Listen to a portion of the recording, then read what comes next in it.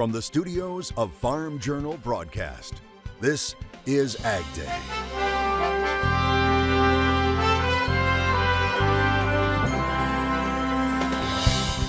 From field to fridge. And how many U.S. citizens do you know of who work on any of those farms? Short of management, zero. How H2A workers are filling a worker gap for farmers in Florida.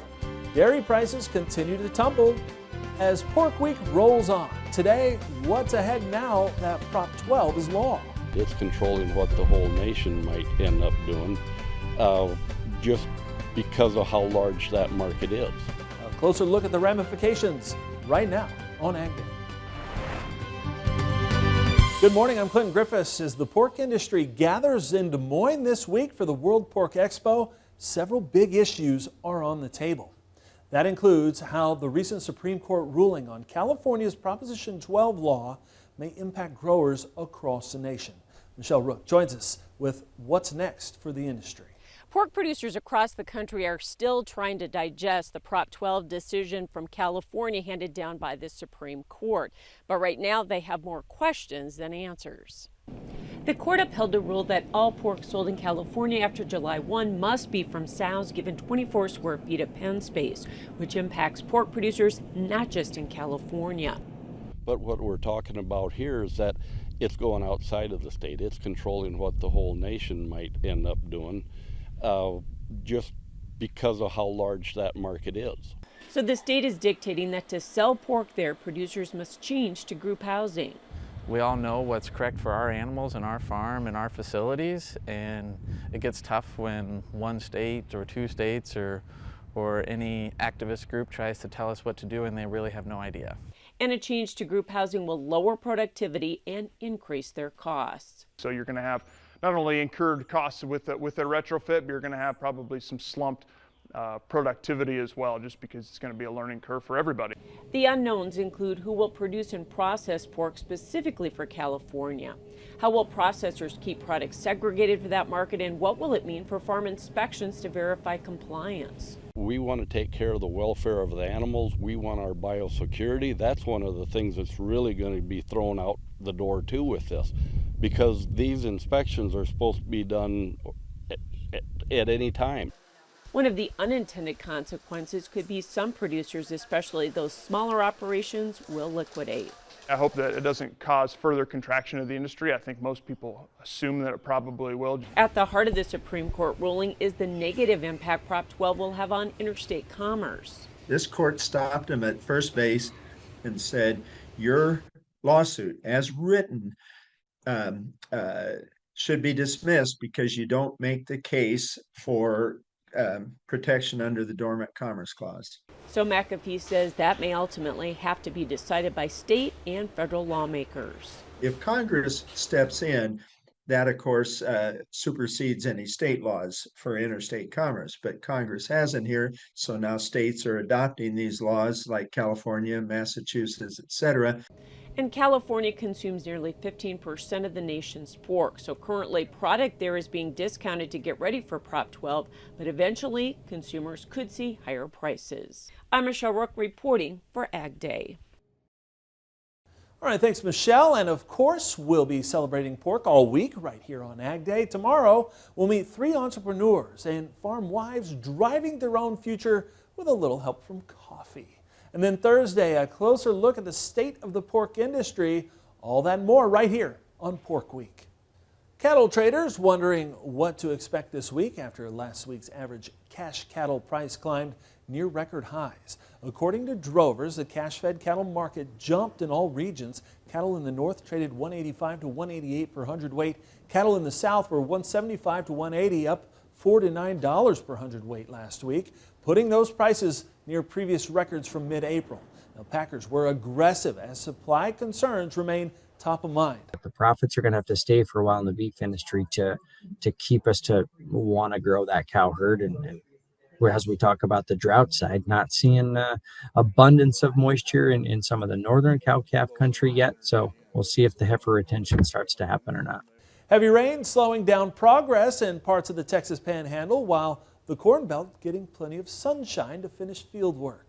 The latest crop progress from USDA shows 96% of the country's corn is now planted. That's 5 points ahead of the 5-year average. Michigan and Ohio well ahead of average, with Texas drifting a bit behind following all of those recent rains. Conditions, however, starting to feel that hot and dry weather. Just 64% of the crop rated good to excellent, 5 points worse than last week. Meanwhile, soybean planting surging. 91% of that crop is in the ground. That's 15 points ahead of average. 62% of soybeans now rated good to excellent. As planting wraps up, those young plants are often growing if they can get a drink. Meteorologist Matt Engelbrecht joins us with what to expect over the next few days.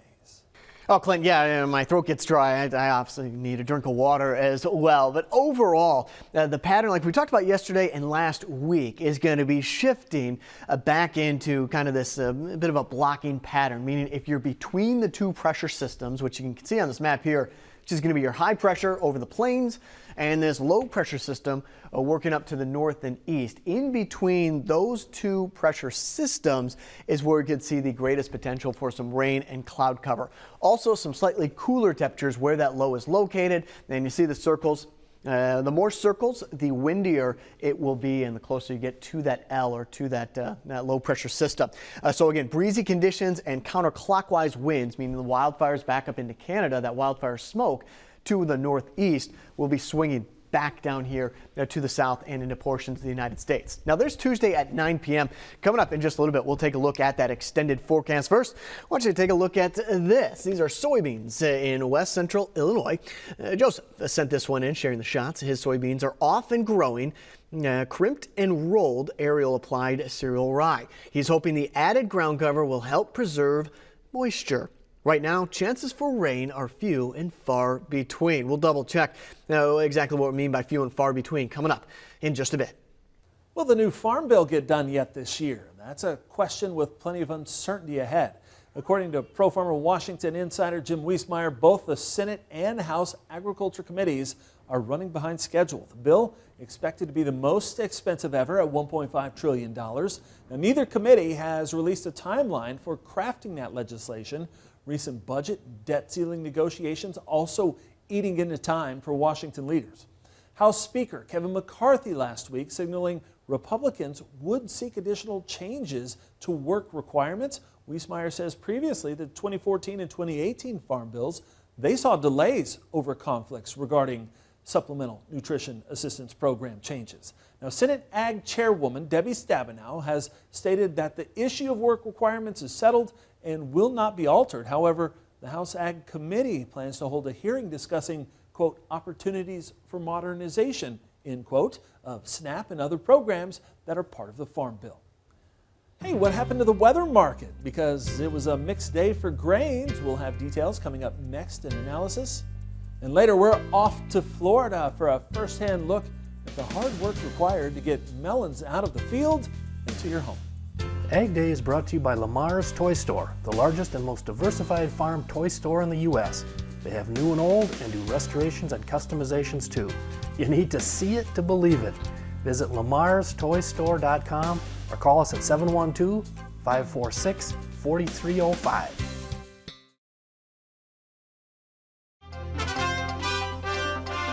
Oil prices on the rise following Saudi Arabia's decision to cut 1 million barrels of oil per day. The plan is for it to last at least a month beginning in July, but could be extended. Economists say they expect the move to drive gasoline prices higher at the pump. West Texas crude rose to near $73 a barrel. Goldman Sachs saying while it may boost oil prices, it's not likely to take a heavy toll on U.S. consumers. Pump prices are down 25% over the past year. Cattle and wheat starting the week off in the green, while corn and beans struggle to stay positive. Michelle Rook is back with the latest in markets now. Monday's market closes in the greens were mixed. Sean Heck with Heck Financial Advisors joining us with analysis. Some pressure on corn and soybeans on Monday, Sean, and really a lot of that is this market looking kind of forward to these extended weather forecasts, isn't it? Yeah, for the first time, we're starting to see some signs that moisture is expected to come in to Illinois, Iowa, those really, really dry areas, the core grain belt. The weather models have not done a very good job at getting this right, So the market's sort of in a pause mode. It's unwilling to really take this weather premium off.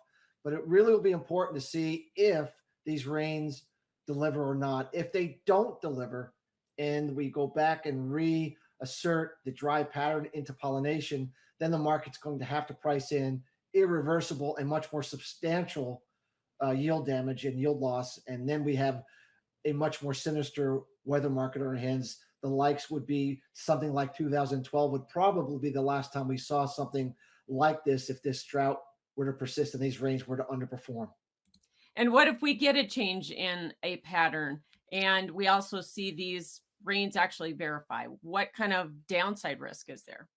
Well, there's two scenarios. The rains verify, but it's a flash in the pan. It's not a major pattern change. And then we go back to the dry pattern. That means a pause, maybe a 50% retracement of the rally we've had, but then we reassert weather premium into the 4th and post 4th of July as we have to then factor in worse, much more sinister yield loss. If it's a major pattern change, meaning if it looks like this is going to keep regenerating more moisture on a more permanent basis heading into July, then you're looking at something that could actually go down and retest the lows or actually make new lows if the market's really comfortable that these rains are going to kind of bring this crop back and still put that 180 or upper 170 yield potential on the table. Well, it seems like we're a long ways off from having that crop in the bin for sure, though. Thanks for joining us. That is Sean Hecka with Hecka Financial Advisors. That's Markets Now. We'll have more AgDay coming up.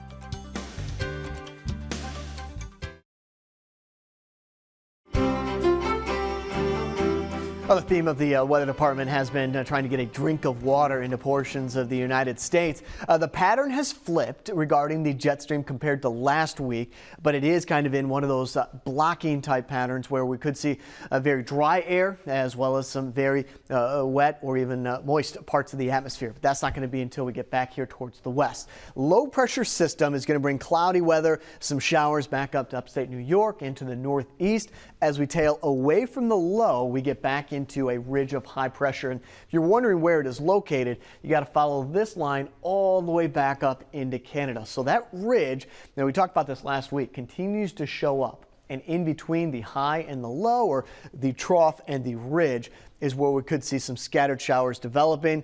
But right now, it does not look like we're going to see any big systems anytime soon. So with this blocking pattern in place, we got a low set up to the northeast, the ridge, quiet weather, not a lot of rain. Tuesday, Wednesday, Thursday, even into Friday. Our kicker system, or at least our energy that's going to try and mix up this pattern, is going to be back on the west coast. You see the yellow back in the Pacific. That's the energy that we're going to be looking for to finally get this system, the jet stream, moving. Cutoff low back off into California, four corner states. That is going to keep the ridge of high pressure situated right over the plains with above average highs into the northwest and not a lot of rainfall back into the central United States. So here's a look at the precipitation estimate going through your Tuesday and into your Wednesday. You see where those two pressure systems are located. You got the low back up here to the north and east with rain developing in between that trough or that low and the ridge, the high pressure. So blank in the Dakotas. It's in between the two that we have the chance of some rain. That includes into Nebraska, but also into Minnesota, and then also back down here where that other low pressure system was located into the four corner states. So not a lot of rain, but certainly some above average high temperatures in the northwest and the deep south, June 10th through the 14th. Let's go take a look at that local forecast. Mostly sunny, high around 89 degrees. So we're going to Missouri on this one, the low of 64.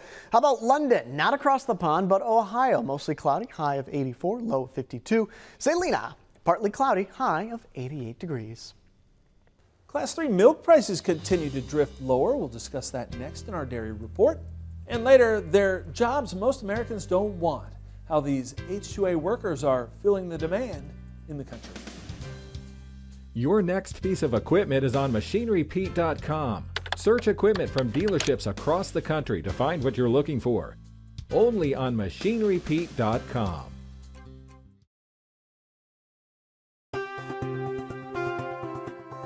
Dairy prices continue to soften with Class 3 contracts dropping double digits on Monday. It's now at its lowest price since August of 2021 when the price hit $15.95. Block cheese prices are down 62 cents over the past 2 months, also trending toward fresh multi-year lows. Class 4 prices, they're better thanks to steady butter demand. All of this as the industry celebrates June as Dairy Month. Analysts say the spring flush should be nearing its peak and milk output moderating, but with schools closing for the summer, there's plenty of supply available. An issue being closely watched by the dairy industry. The Wall Street Journal reporting 3 companies have agreed to pay more than $1 billion to settle a lawsuit over the so-called forever chemicals. The companies with ties to DuPont will pay $1.185 billion to settle an environmental suit in which hundreds of communities say firefighting foam contaminated drinking water with PFAS. The class action settlement includes about 300 communities. Many had to install their own water treatment systems. And the companies say the agreement would resolve all PFAS-related water system claims against them. It's no doubt hand harvesting fruits and vegetables is hard work. We'll hit the fields with a team in Florida, many coming to the state via the H2A program. That's next in the country.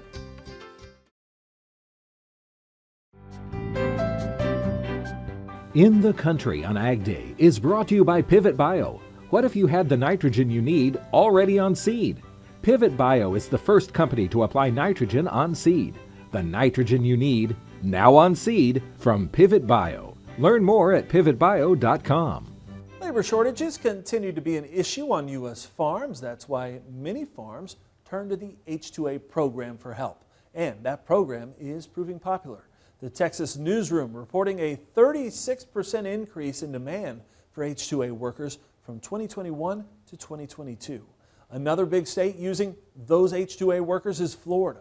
Reporter Gary Tuckman got a lesson there about just how hard these jobs can be.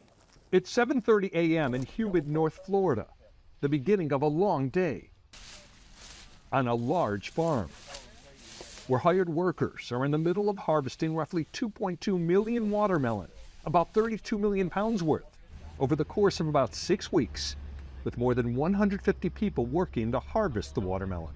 I asked farm owner Trevor Bass this question. How many U.S. citizens pick crops on your farm? None. Zero. Actually, on this day, there is one U.S. citizen, me. I requested a chance to work for one day on this farm to learn more about why so many farmers have such a difficult time getting Americans to work on their farms. Okay, so this watermelon is ripe, it's ready.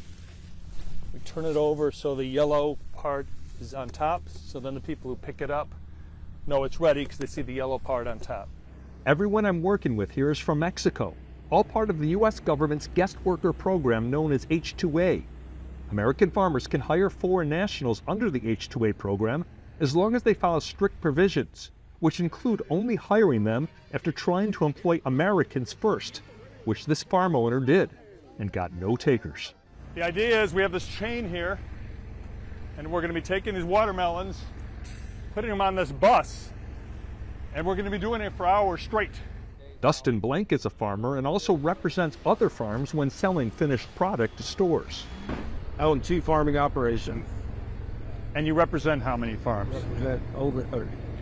And how many U.S. citizens do you know of who work on any of those farms? Short of management, 0. Under H2A, guest workers can't get paid less than Americans. Florida's minimum H2A salary is $14.33 an hour. And at this farm, the Mexicans are permitted to work for as many hours as they want, with extra bonuses for the amount of work done. They can easily make more than $1,000 a week. They are subject to income tax. Edgar Hernandez is a husband and father who sends all his money home to his family. I ask him why he doesn't think there are any Americans harvesting with him. Es pesado. It's heavy, he says. The work is hard. These farm owners don't disagree with that assessment. Americans have other choices and just don't want to do this, they say. I would say this work on a scale from 1 to 10 would be out of a 9. I mean, it's about as hard as it gets. There are about 18,000 pounds of watermelon on each of these buses. In addition to these being heavy, it's extremely monotonous. Both these men describe themselves as politically conservative. However, they say this government program is not only a necessity, but should have an application process that is faster and more flexible. Yes, we don't need to open the borders and let everyone across, but these guys are coming here for a reason. They're coming here for serious work to try to support their families in Mexico or wherever they've come from. They're not here to play. I mean, it's very obvious. Look behind us. Gary Tuckman reporting. And that's all the time we have this morning. Sure glad you tuned in. From all of us here at AgDay, I'm putting this. Have a great day.